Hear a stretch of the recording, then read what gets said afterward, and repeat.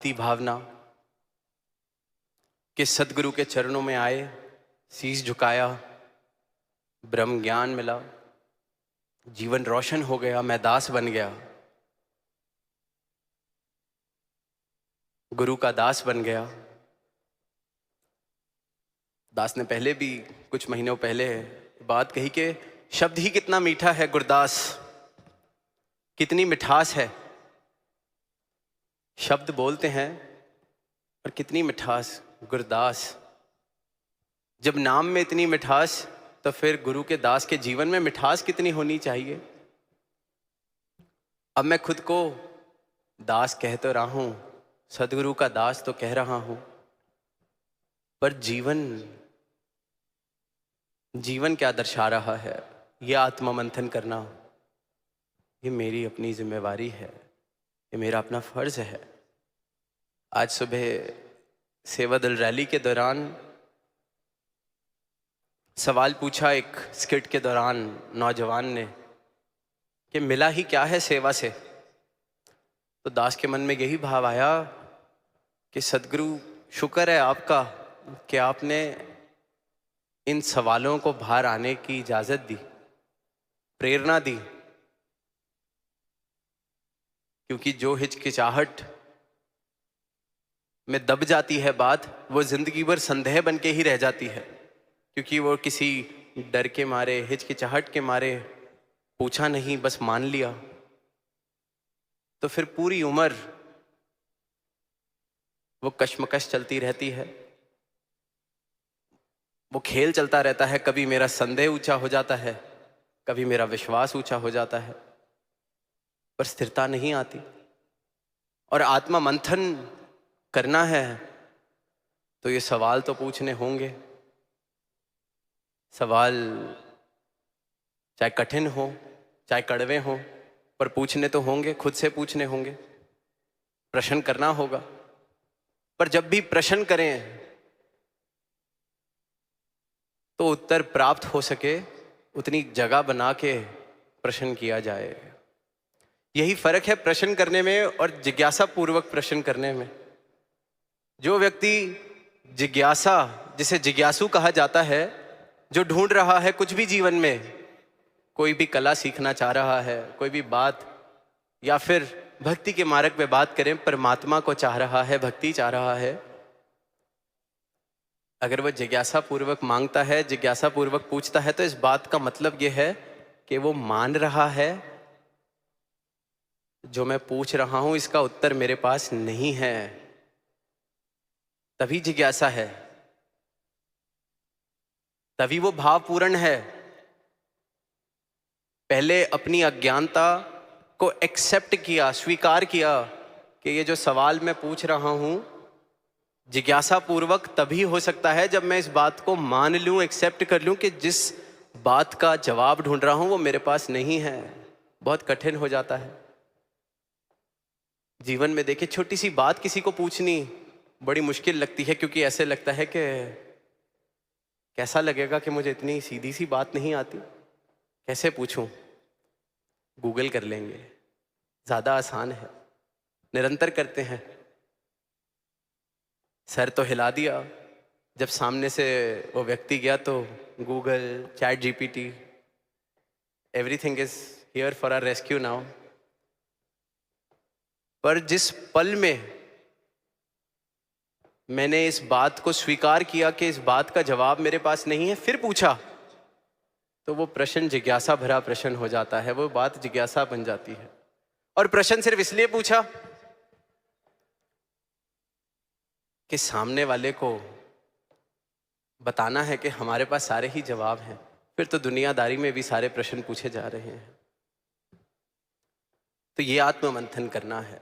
संतों की शरण में मैं जाता हूं, संगत में मैं जाता हूं, सदगुरु के पास मैं आता हूं, यहां समागम में मैं आया हूं, संगत में मैं जाता हूं, तो क्या खाली होके जा रहा हूं? खाली होऊंगा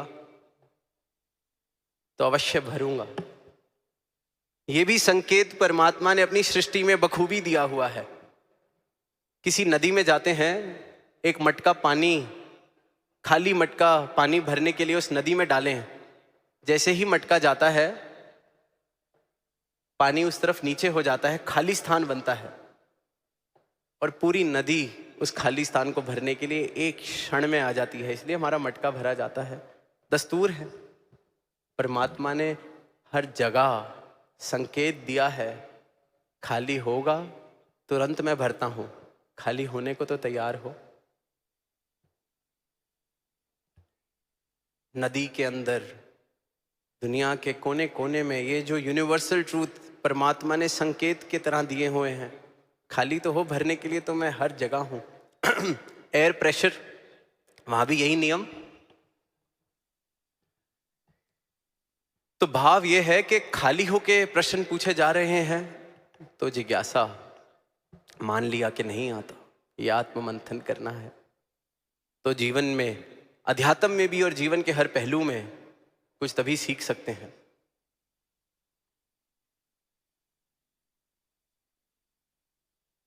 ऐसा ही एक सवाल दास से किसी टूर पे एक बच्ची ने आके पूछा। कहती, दासी का एक सवाल है, संगत में सुनते हैं कि निंदा नहीं करनी,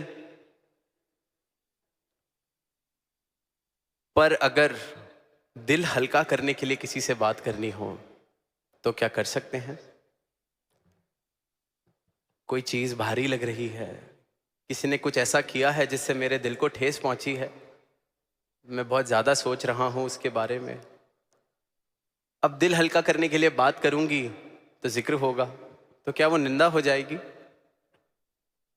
आत्मा मंथन का विषय दिया तो दास ने सहज में यही कहा, अगर तो दिल हल्का करने के लिए बात करनी है, बेशक करें, जरूरी है। सुनते हैं कि how important it is to express ourselves. तो दास ने यह कहा कि दिल हल्का करने के लिए कोई एक मित्र या कोई एक ही परिवार का जन हो सकता है। आपका ब्रदर, आपकी सिस्टर, आपके फादर, आपके मदर, या बेस्ट फ्रेंड, बॉयफ्रेंड, हुएवर। तो दिल हल्का तो एक ही बार ही होगा। दिल हल्का करने के बाद फिर तो आगे बढ़ सकते हैं। या दिल हल्का करने के लिए भी अगर मैं 100 लोगों के पास जा रहा हूं, दिल हल्का यहां भी थोड़ा सा, दिल हल्का वहां भी थोड़ा सा, तो वो निंदा का रूप बन जाता है। अगर भाव दिल हल्का करने का है, करना है, इंसान है, पर भाव किसी को नीचा दिखाने का है कि इसकी बात मैंने इसलिए की है ताकि मैं ये दिखा सकूं कि मैं इससे बेहतर हूं, जगह जगह जाके दिल हल्का करने का लेबल लगा के अगर इस प्रकार का व्यवहार कर रहा हूं तो वो निंदा है। ये भाव समझने वाला है, ये भाव देखने वाला है। अभी महापुरुष जिक्र कर रहे थे कि एक समागम 2-3 बारी करने को अवसर मिला, तो वो समागम मुक्ति पर्व का, जो इस वर्ष 3 स्थानों पर दास को करने का अवसर मिला, तो वहीं दूर देशों में एक भाव दास ने रखा। सारा परिवार बैठा है और एक मिसाल मुक्ति पर्व पर हम वर्षों वर्षों से सुन रहे हैं। एक मिसाल प्रधान लाभ सिंह जी की, कि एक बार प्रधान लाभ सिंह जी शहंशाह बाबा अवतार सिंह जी के साथ उनकी गाड़ी में सफ़र कर रहे थे। संगत जा रहे थे या जहाँ भी जा रहे थे, शहंशाह जी पीछे बैठे हैं, प्रधान लाभ सिंह जी को आगे वाली सीट पे बिठा रखा है और गाड़ी चलते हुए स्थान जहाँ जा रहे थे, गाड़ी रोकी, सड़क पे कोई और महापुरुष दिखा और प्रधान लाभ सिंह जी को कहा कि अब रास्ता ज़्यादा दूर नहीं है, आप पैदल चले जाइए, इस महापुरुष को गाड़ी में अपनी जगह बिठा दीजिए। प्रधान लाभ सिंह जी ने कहा, सतवचन महाराज। उतर गए और वो महात्मा जिसे शहंशाह जी ने अपने साथ बिठाना था, उनको बिठाया और गाड़ी आगे चली गई। तो जो मिसाल सुनते हैं कि प्रधान लाभ सिंह जी को सड़क पे चलता देख पीछे से एक महापुरुष आया, एक संत आया और उसने कहा, आप मिशन के प्रधान, संत निरंकारी मंडल के प्रधान, आपको गाड़ी से उतार दिया, आप पैदल चल रहे हैं और वो आम सा सेवादार उसे साथ बैठा लिया गाड़ी में। क्या प्रधान का चलना शोभा देता है? अब जो सीखने वाली बात जो हर साल मुक्ति पर्व पर कोई ना कोई जिसका जिक्र करता है वो ये कि प्रधान लाभ सिंह जी ने जवाब दिया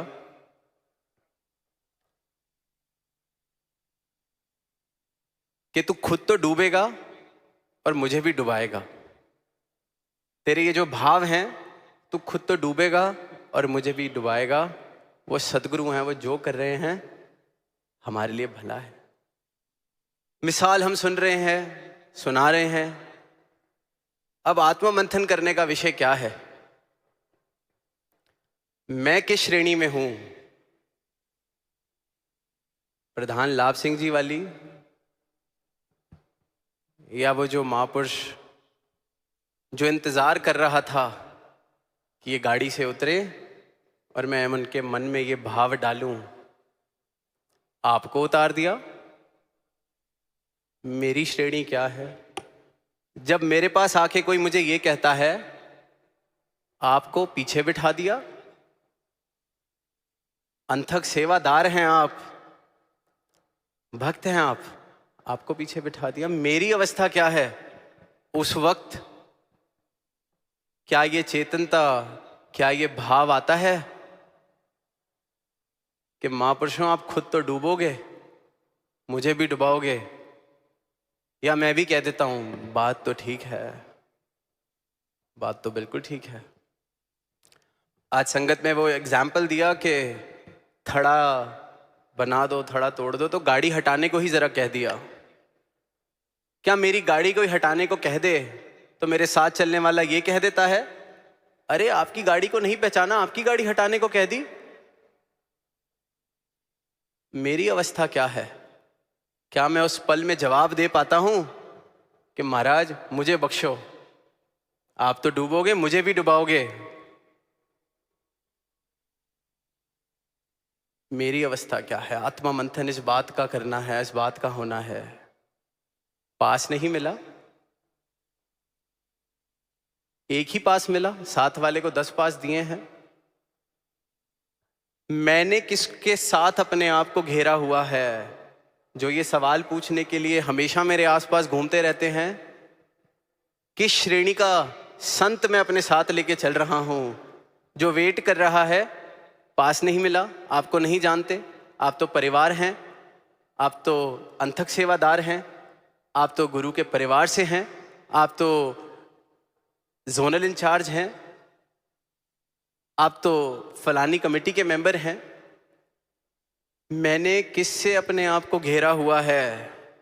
ये आत्मा मंथन मुझे करना है।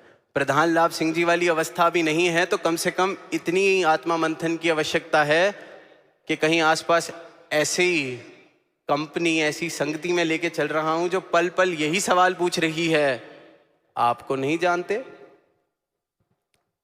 आपको पास नहीं दिया, आपकी गाड़ी नहीं पहचानी, आपको नहीं देखा। तो ये आत्मा मंथन मुझे करना है कि कहीं मैं तो नहीं डूब रहा, या खुद भी जो डूबने वाले हैं उन्हीं के साथ तो नहीं घेरा हुआ मैंने। जिस कश्ती में तरना है कहीं उसी में खुद छेद तो नहीं कर रहा।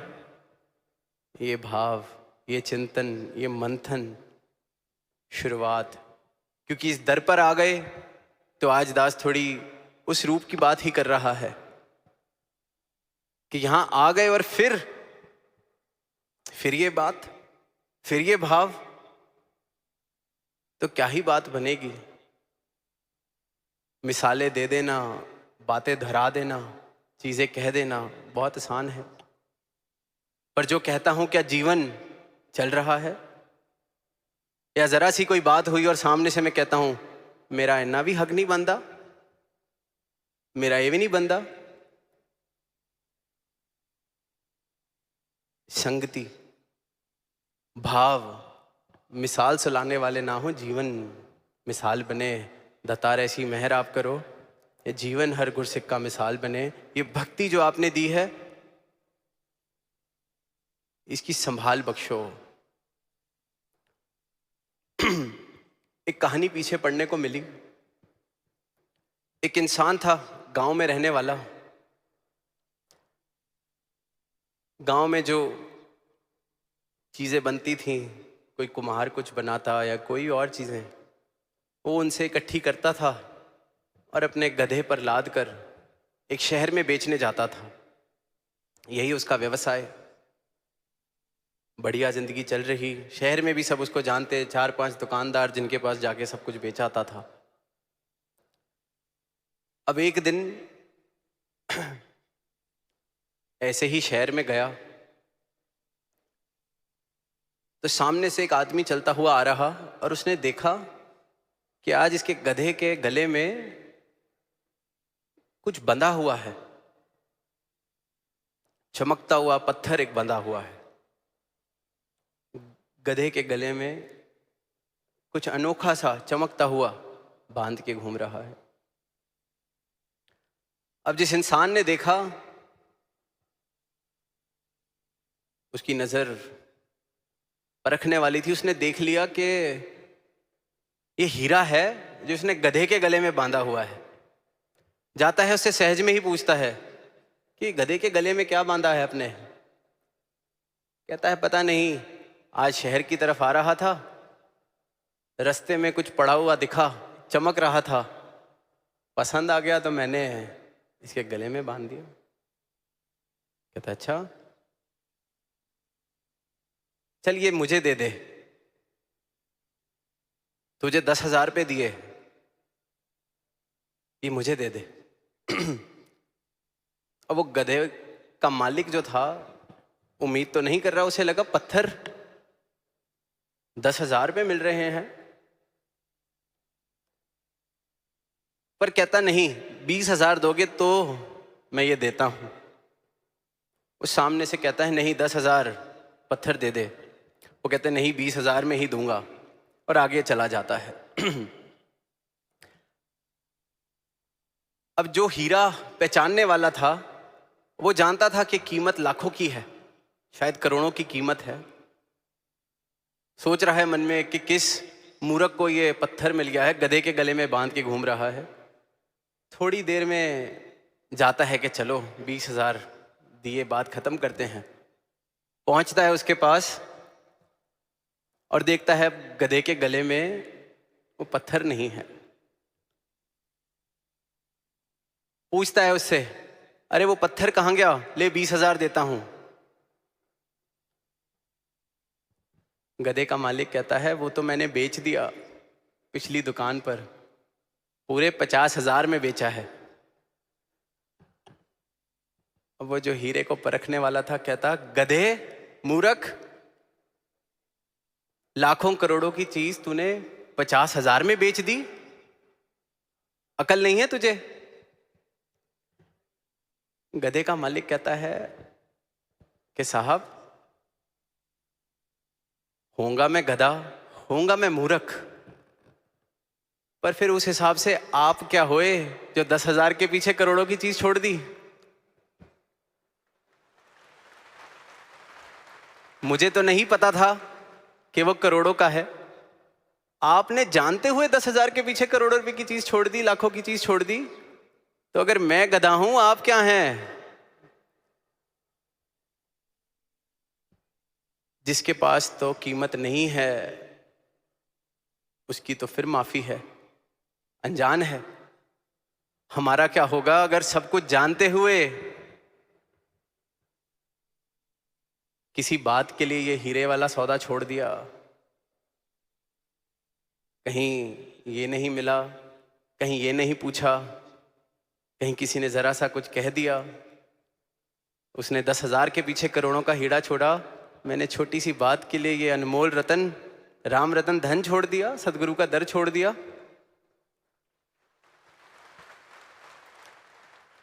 मंथन ये करना है।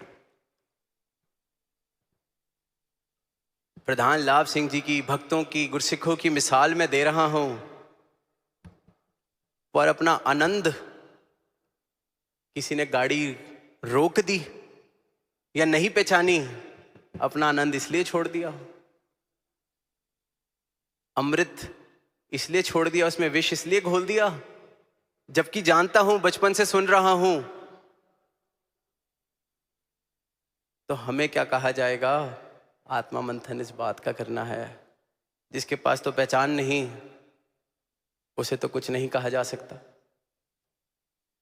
मुझे किसी ने वहाँ बिठा दिया, यहाँ बिठा दिया, ये कर दिया, वो कर दिया, 2 की जगह 4 पास दे दिए, 4 की जगह 1 पास दे दिया, 1 भी नहीं दिया।